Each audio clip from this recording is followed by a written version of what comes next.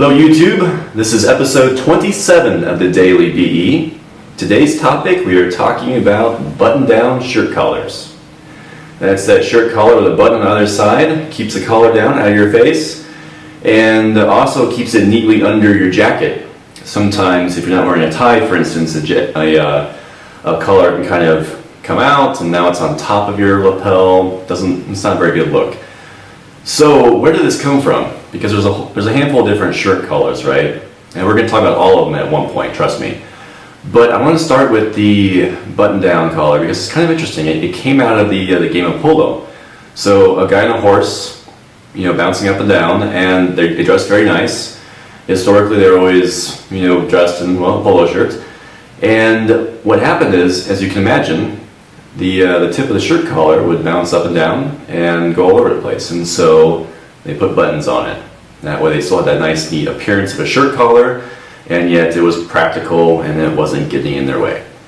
So today we see button-down collars all over the place. A lot of times they are more casual, and rightfully so, because the buttons, among other reasons, they tend to break that clean line.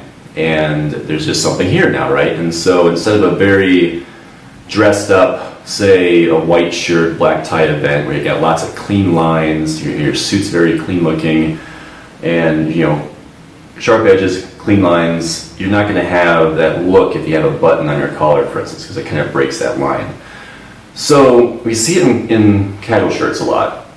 This one is a printed shirt, which I've shown you before, and this is actually, I think, my only button-down collar, to be honest. Brett has quite a few. I'll try and get him to show us sometime in a future episode.